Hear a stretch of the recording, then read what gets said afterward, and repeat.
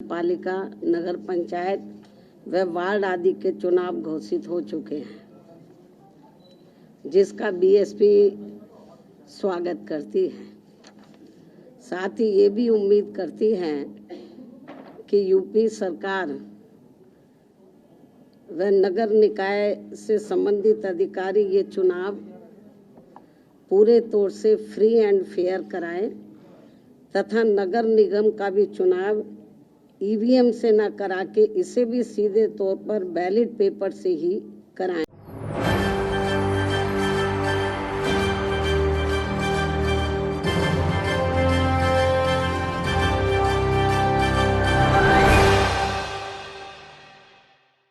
नमस्कार, मैं हूं राहुल शर्मा। आप देख रहे हैं SP9 न्यूज। स्वागत है आप सभी का हमारे इस प्रोग्राम में। और प्रोग्राम की शुरुआत इस वक्त हम एक ऐसे मुद्दे से कर रहे हैं जिस मुद्दे की चर्चा आज चारों तरफ हो रही है। उस मुद्दे पर आज हर राजनीतिक पार्टी के नेता का बयान सामने आ रहा है और उस मुद्दे को अब कोर्ट में भी उठाया जाना तय है। कौन सा ऐसा मुद्दा है और क्या ये मुद्दा मोदी सरकार के लिए परेशानी बनता नजर आएगा, इस पर आज हम चर्चा करेंगे। देखिए, जिस मुद्दे का मैं जिक्र कर रहा हूं वो मुद्दा है ईवीएम यानी इलेक्ट्रॉनिक वोटिंग मशीन। इन दिनों विपक्षी पार्टियों के हाथ जो मुद्दा लगा है, इस पर यह कहा जा रहा है कि अब ईवीएम से चुनाव को बंद करवा दिया जाना चाहिए क्योंकि ईवीएम में गड़बड़ी हो रही है। हालांकि चुनाव आयोग के अधिकारी जो हैं उन्होंने एक प्रेस कॉन्फ्रेंस की थी। इसी प्रेस कॉन्फ्रेंस में कर्नाटक चुनाव की तारीखों का ऐलान होता है और इसी प्रेस कॉन्फ्रेंस में ईवीएम से जुड़े सवाल पर चर्चा भी होती है, जिसमें चुनाव आयोग के अधिकारियों का यह कहना था कि यह विपक्षी पार्टियों के मन का भ्रम है। ईवीएम में गड़बड़ी नहीं हो रही है। ईवीएम में गड़बड़ी होती तो अखिलेश यादव एक वक्त में उत्तर प्रदेश के मुख्यमंत्री नहीं होते, मायावती एक वक्त में अपने प्रदेश में मुख्यमंत्री नहीं होती, क्योंकि यही ईवीएम था जब अखिलेश के टाइम पे भी चुनाव हुआ, मायावती के वक्त में भी चुनाव हुआ। और देखिए, सीधे सीधे तौर पर हम क्या देख रहे हैं कि मौजूदा समय के अंदर कपिल सिब्बल का जिक्र कर लें या जिक्र कर लें दिग्विजय सिंह का या राहुल गांधी का या मायावती का, तो तमाम ऐसे राजनीतिक पार्टी के नेता जो आज ईवीएम को लेकर बहुत कुछ कह रहे हैं या ईवीएम को बैन कराने की बात कर रहे हैं। लेकिन क्या ईवीएम अगर बैन हो जाता है तो क्या ये मुश्किलें नहीं हो जाएंगी अभी के वक्त में और बैलेट पेपर से चुनाव शुरू हो जाएगा? तो क्या ऐसा करवाना संभव है और क्यों आखिरकार विपक्षी पार्टियों ने ये मुद्दा उठा दिया? जी हाँ, मैं अपने दर्शकों को ये जरूर बताना चाहूंगा कि इस मुद्दे को कोर्ट में उठाने की बात की जा रही है। जाने माने वकील भी हैं कपिल सिब्बल, और कपिल सिब्बल का ये कहना है कि तमाम दस्तावेज उनके पास हैं और वो इस मुद्दे को उठाएंगे ताकि ईवीएम से चुनाव बंद हो जाए। हालांकि बसपा सुप्रीमो मायावती ने एक प्रेस कॉन्फ्रेंस भी की थी जिसमें उन्होंने ईवीएम को बैन करवाने की बात कही थी। मेरे साथ मेरे खास सहयोगी ऋतिक जुड़े हुए हैं। ऋतिक लगातार बहुत बारीकी से जानकारियां पहुंचा रहे हैं और बहुत मुद्दों पर उन्होंने अभी तक बात भी की है। सबसे पहले तो मैं आपका बहुत बहुत स्वागत करना चाहूंगा और मेरा पहला सवाल आपसे रहेगा कि चुनाव आयोग के अधिकारियों को लेकर अगर मैं बात करूं तो उनका ये कहना है कि विपक्षी पार्टियों के मन में एक भ्रम चल रहा है कि ईवीएम नाम का कोई कीड़ा है जिसमें जो है लगातार धोखाधड़ी हो रही है। लेकिन उनका ये कहना है कि ईवीएम में कोई धांधली नहीं हो रही है। होती तो अखिलेश यादव भी मुख्यमंत्री नहीं बनते, हिमाचल में सरकार कांग्रेस की नहीं बनती, दिल्ली में एमसीडी में आम आदमी पार्टी नहीं आती, इस तरीके की बातें। और देखिए, सबसे बड़ी बात है कि बैलेट पेपर पर अगर इतना फोकस किया जा रहा है तो इसके पीछे की वजह क्या है, ये पहला सवाल। दूसरा सवाल, ईवीएम अगर बंद हो जाएगा तो किसको कितना फायदा होगा और किसको कितना नुकसान होगा? सबसे पहले बैलेट पेपर से चुनाव जो है शुरू हुई थी, ईवीएम बाद में आया है, अपडेट वर्जन, उसके बाद आरबीएम भी आ चुका है। लेकिन सबसे बड़ी बात यह है कि जो ईवीएम पर सवाल खड़े किए जाते हैं ये पूरा विपक्ष करता है। ऐसा नहीं कि कांग्रेस पार्टी कर रही हो या फिर समाजवादी पार्टी कर रही हो या फिर बसपा सुप्रीमो कर रही हो। तमाम जगह देखा गया कि लगभग लोग जो है ईवीएम को लेकर बात करते रहते हैं। हमारे दर्शक जो हैं SP9 न्यूज के, वो भी जब हम लोग लाइव करते हैं या फिर कोई प्रोग्राम करते हैं तो उस पर साफ तौर पर वो लिखते हैं ईवीएम हटाओ देश बचाओ। यानी कि जनता भी इस वक्त जो है सवाल इस पर खड़ी करती है कि आपको अगर देश को बचाना है तो कहीं ना कहीं आपको ईवीएम को हटाना पड़ेगा। ईवीएम का अपडेट वर्जन आरबीएम भी आ चुका है। लेकिन सबसे बड़ा सवाल है कि अगर पूरा विपक्ष चाहता है कि बैलेट पेपर से चुनाव हो जाए तो क्या दिक्कत है? पहले भी तो होते थे, एक बार करवा के देख लीजिए, सबकी चुप्पी बंद हो जाएगी। चुनाव आयोग ने हालांकि जो बात कही है कि जिस राज्य में जो है विपक्ष जीत जाता है या फिर बीजेपी नहीं जीतती और अन्य लोग जीत जाते हैं तो उनकी चुप्पी जो है नहीं टूटती है, फिर वो शांत रह जाते हैं। देखिए, आपने एमसीडी का एग्जाम्पल दिया, आपने यहाँ पर जो है हिमाचल प्रदेश का एग्जाम्पल दिया, मैनपुरी खतौली का एग्जाम्पल दिया।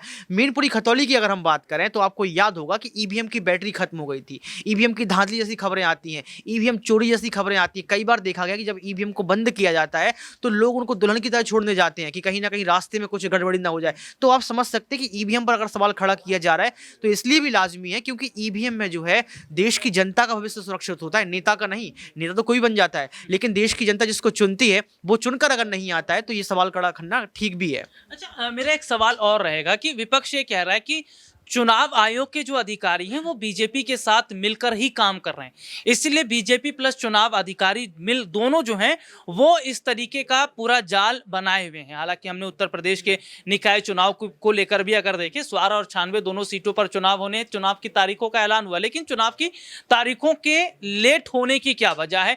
कोर्ट की तरफ से सरकार को झटका लगता है, फटकार लगती है, उसके बाद हरी झंडी योगी सरकार को देनी पड़ती है। तो क्या ये विपक्ष जो कह रहा है कि चुनाव आयोग के साथ मिलकर बीजेपी इस तरह की साजिश रच रहा है और कहीं ना कहीं वाकई दोनों मिले हुए हैं, तो इसमें कहीं भी तनिक सच्चाई आपको नजर आती है? सच्चाई की बात ऐसी कि आपको याद होगा कि लोकतंत्र में कभी देखा नहीं गया कि चुनाव को टाला गया हो। इतिहास में कभी नहीं होता। चुनाव अपने समय पे होते हैं और चुनाव समय पे होना भी चाहिए ताकि जो है सत्ता पक्ष या जो पार्टी सरकार में है उसको ज्यादा समय ना मिले।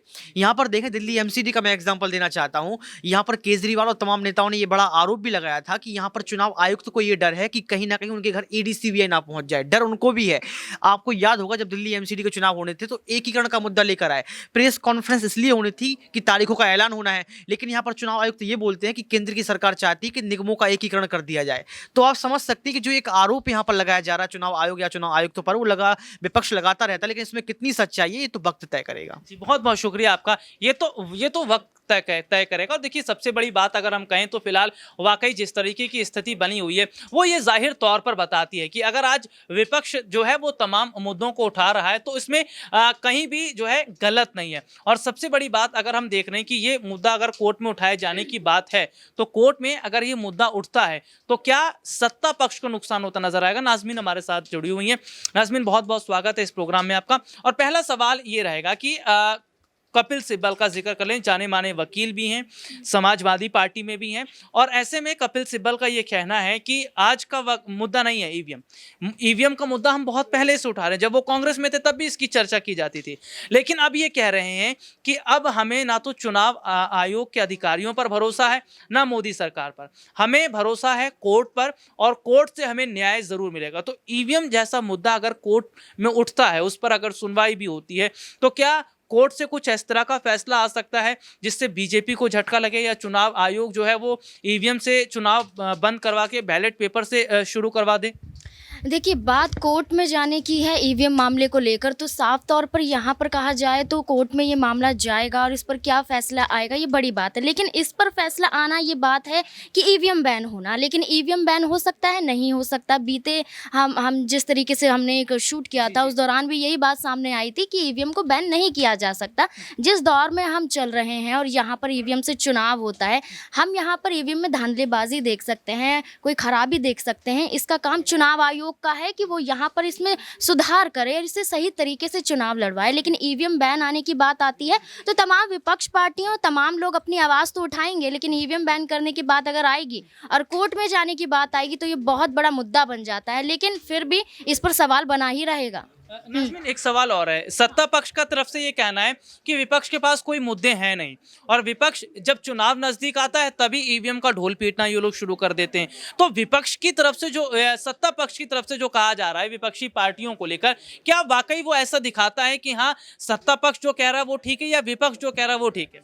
देखिए, विपक्ष और सत्ता पक्ष की बात की जाए तो आपस में तनातनी तो देखी जाएगी, लेकिन अगर बात की जाए मोदी सरकार की तो वो भी तो कुछ ऐसे मुद्दे लेकर आई हैं जिनका कोई सेंस ही नहीं है, लेकिन फिर भी वहां पर विपक्ष पार्टी को घेरा जा रहा है, उन मुद्दों को उठा के विपक्ष पर कार्यवाही की जा रही है। तो ठीक उसी तरह से अगर मोदी सरकार के खिलाफ या ईवीएम के खिलाफ विपक्ष अपनी आवाज़ उठा रहा है और ईवीएम को लेकर बोलता हुआ नजर आ रहा है तो इसमें गलत नहीं है, वो तो अपनी आवाज़ उठाएंगे क्योंकि आप एक लोकतंत्र देश में रहते हैं, तो वहाँ पर आप अन्य मुद्दों को लेकर जो आपको लगता है गंभीरता रखता है वो मुद्दा तो आप उठाएंगे। तो ईवीएम का मसला बहुत ज़रूरी हो जाता है क्योंकि जनता से जुड़ता है, और वो भी यही बोलते हुए नजर आते हैं कि इस बार ईवीएम से नहीं नहीं, बैलेट पेपर से चुनाव करवा के देखिए। तो विपक्ष भी वही बोलता हुआ नजर आ रहा है। तो ऐसे में विपक्ष का बोलना ये गलत नहीं है कि ईवीएम को लेकर सवाल उठाए जाना गलत है, या मोदी सरकार ऐसा ही कर सकती है कि विपक्ष की आवाज को दबाना है। तमाम चीजें जो होती हुई नजर आ रही हैं, साफ तौर पर जाहिर है कि अगर मोदी सरकार बोलेगी तो विपक्ष भी मुद्दे उठाता हुआ नजर आएगा। जी, बहुत बहुत शुक्रिया आपका। और देखिए